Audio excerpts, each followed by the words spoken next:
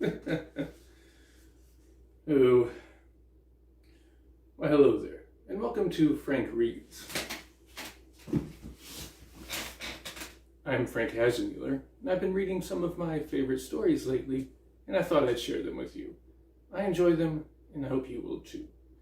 Today we are reading Chapter 5 of Alice's Adventures in Wonderland by Lewis Carroll, one of the most popular children's books ever written. And one of the reasons why it's so popular is because it can be enjoyed by both children and adults. So, this is Chapter 5, so I do urge you to watch Chapters 1 through 4 before you watch this one. So let's dive right into Chapter 5, Advice from a Caterpillar.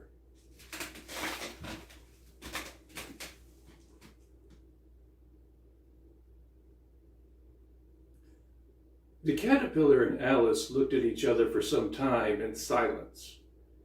At last the caterpillar took the hookah out of its mouth and addressed her in a languid, sleepy voice.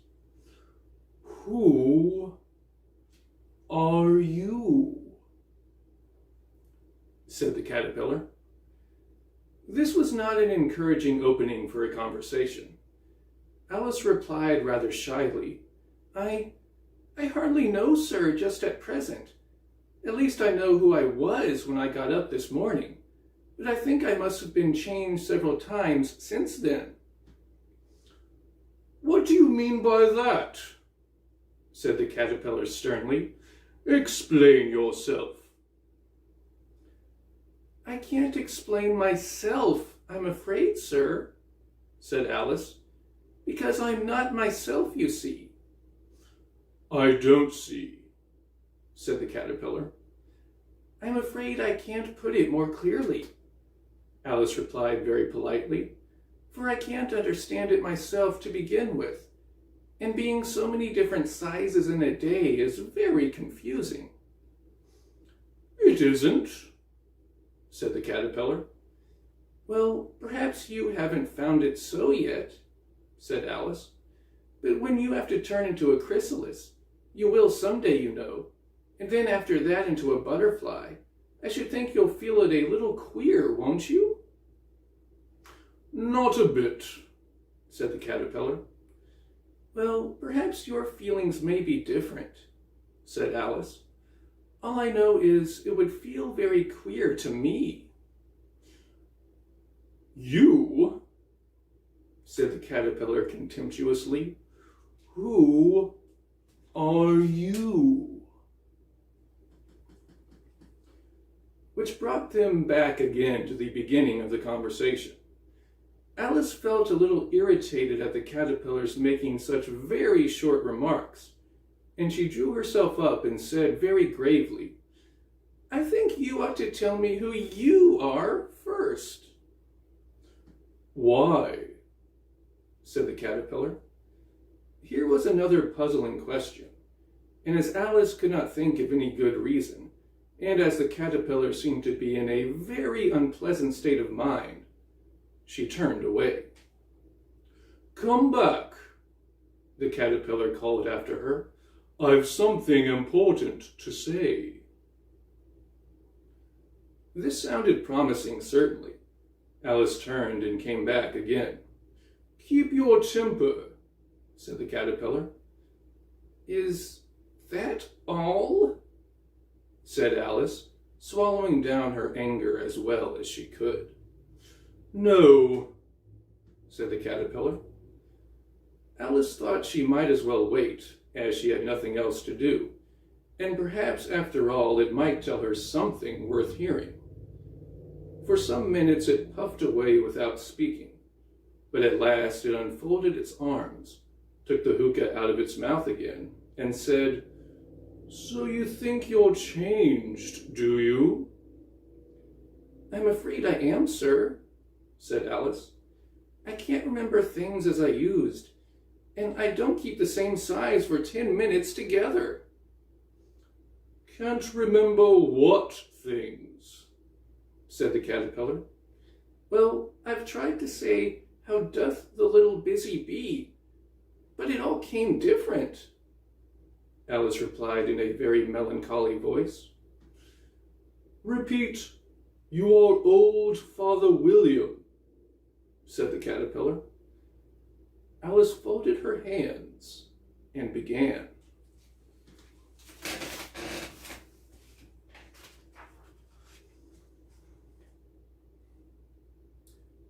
You are old, Father William, the young man said, and your hair has become very white, yet you incessantly stand on your head. Do you think, at your age, it is right? In my youth, Father William replied to his son, I feared it might injure the brain. But now that I'm perfectly sure I have none, why, I do it again and again. You are old, said the youth, as I mentioned before, and have grown most uncommonly fat. Yet you turned a back somersault in at the door. Pray, what is the reason for that? In my youth, said the sage, as he shook his gray locks, I kept all my limbs very supple. By the use of this ointment, 1 shilling the box, allow me to sell you a couple. You are old, said the youth, and your jaws are too weak for anything tougher than suet. Yet you finished the goose with the bones in the beak. Pray, how did you manage to do it?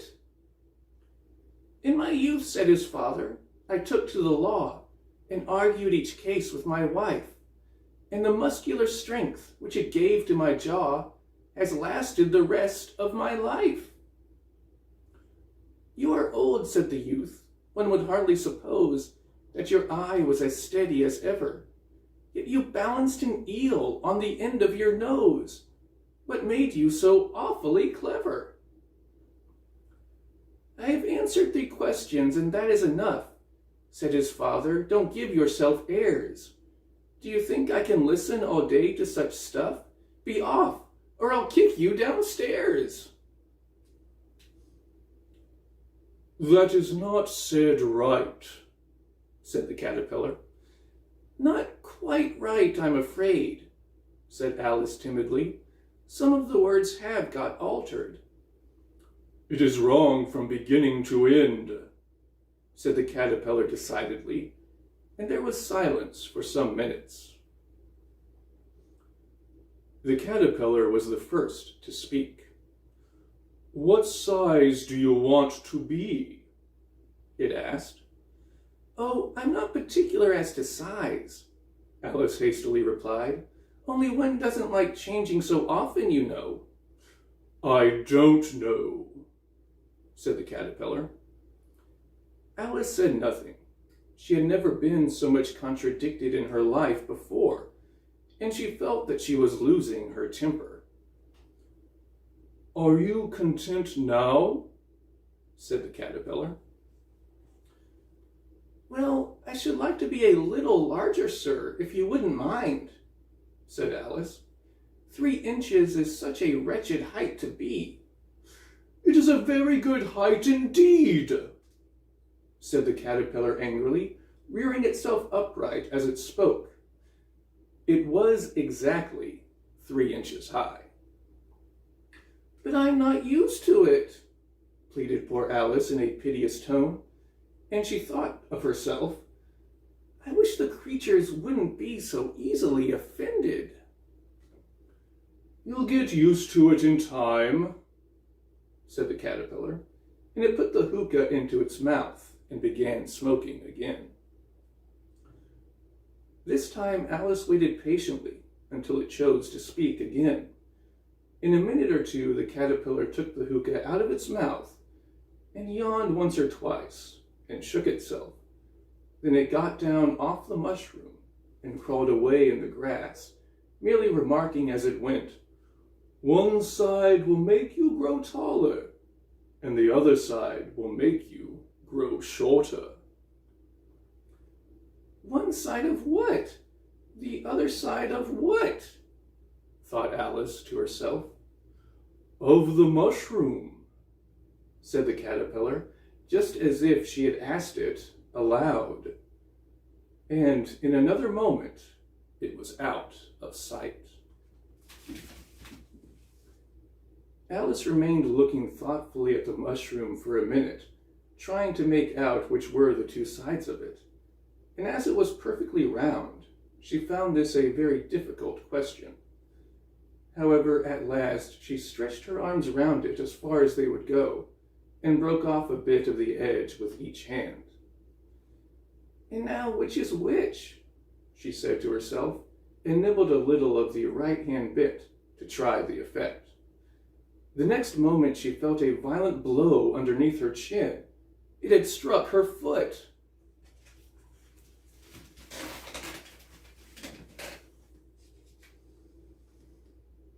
She was a good deal frightened by this very sudden change, but she felt that there was no time to be lost, as she was shrinking rapidly.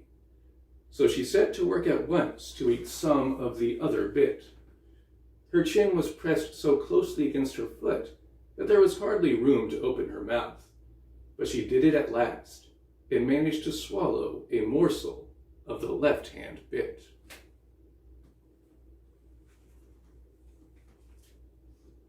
"Come, my head's free at last," said Alice in a tone of delight, which changed into alarm in another moment, when she found that her shoulders were nowhere to be found. All she could see when she looked down was an immense length of neck, which seemed to rise like a stalk out of a sea of green leaves that lay far below her. "What can all that green stuff be?" said Alice. "And where have my shoulders got to?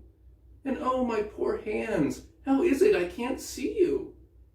She was moving them about as she spoke, but no result seemed to follow, except a little shaking among the distant green leaves.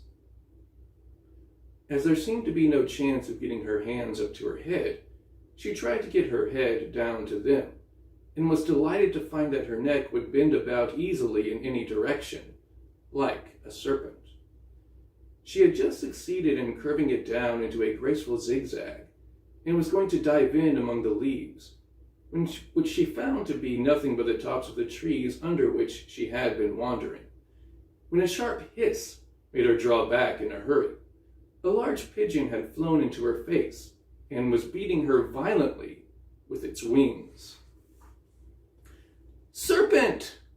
screamed the pigeon. "I'm not a serpent," said Alice indignantly. "Leave me alone." "Serpent, I say again," repeated the pigeon, but in a more subdued tone, and added with a kind of sob, "I've tried every way, and nothing seems to suit them."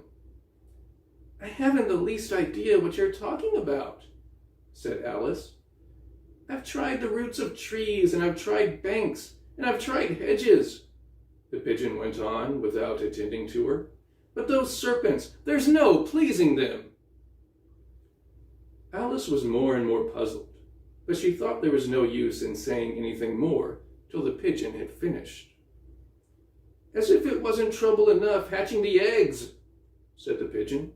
"But I must be on the lookout for serpents night and day. Why, I haven't had a wink of sleep these 3 weeks." "I'm very sorry you've been annoyed," said Alice, who was beginning to see its meaning.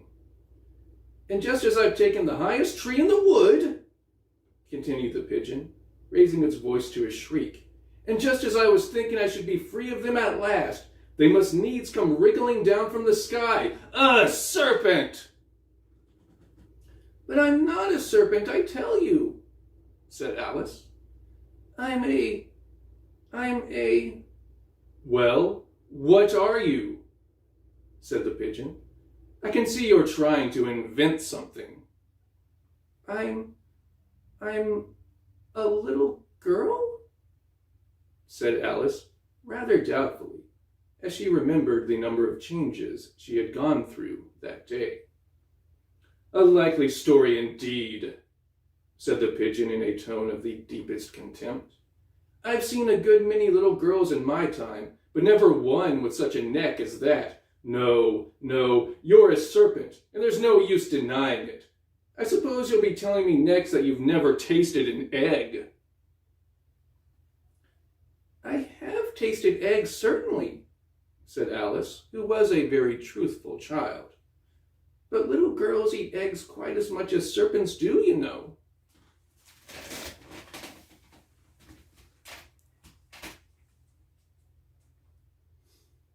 I don't believe it, said the pigeon.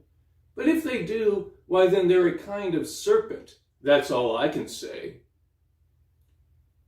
This was such a new idea to Alice that she was quite silent for a minute or two, which gave the pigeon the opportunity of adding, "You're looking for eggs. I know that well enough. And what does it matter to me whether you're a little girl or a serpent?" "It matters a good deal to me," said Alice hastily. "But I'm not looking for eggs, as it happens. And if I was, I shouldn't want yours. I don't like them raw." "Well, be off then," said the pigeon in a sulky tone, as it settled down again into its nest. Alice crouched down among the trees as well as she could, for her neck kept getting entangled among the branches, and every now and then she had to stop and untwist it. After a while she remembered that she still held the pieces of mushroom in her hands, and she set to work very carefully, nibbling first at one and then at the other, and growing sometimes taller and sometimes shorter, until she had succeeded in bringing herself down to her usual height. It was so long since she had been anything near the right size that it felt quite strange at first, but she got used to it in a few minutes and began talking to herself as usual. "Come, there's half my plan done now. How puzzling all these changes are. I'm never sure what I'm going to be from one minute to another. However, I've got back to my right size. The next thing is to get into that beautiful garden. How is that to be done, I wonder?" As she said this, she came suddenly upon an open place, with a little house in it about 4 feet high. "Whoever lives there?" thought Alice. "It'll never do to come upon them this size. Why, I should frighten them out of their wits." So she began nibbling at the right-hand bit again, and did not venture to go near the house till she had brought herself down to 9 inches high. Well, that's chapter 5 of Alice's Adventures in Wonderland. I hope you enjoyed it. I know I did. And I hope you will join me next time for chapter 6. And until then, keep reading.